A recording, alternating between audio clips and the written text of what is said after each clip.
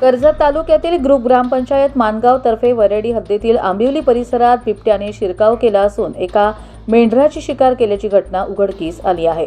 या घटनेमुळे संपूर्ण परिसरात भीतीचे वातावरण पसरले असून वन विभागाने ग्रामस्थांना सतर्क राहण्याचे आवाहन केले आहे। मिळालेल्या माहितीनुसार मेंढपाळ सोमनाथ पालवे हे आपल्या मेंढ्यांच्या कळपासह आंबिवली गावाबाहेर वास्तव्यास आहेत। 21 जानेवारी रोजी रात्रीच्या सुमारास दबा धरून बसलेल्या बिबट्याने त्यांच्या कळपावर अचानक हल्ला चढवला। या हल्ल्यात बिबट्याने एक मेंढरू ठार करून ते ओढत नेले आणि फस्त केले। सकाळी ही घटना उघडकीस आल्यानंतर परिसरात एकच खळबळ उडाली।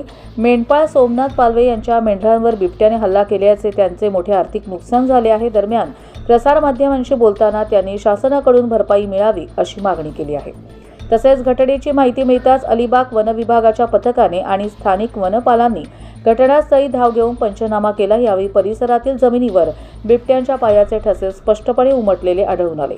यामुळे या भागात बिबट्याचा वावर असल्याचे वन विभागाने अनधिकृतपणे मान्य केले।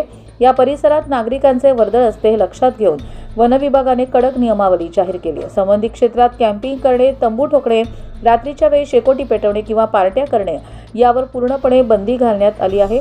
बिबट्या मानवांवर हल्ला करण्याची शक्यता नाकारता येत नसल्याने वन विभागाने ठिकठिकाणी सावधगिरीचे फलक लावले आहेत।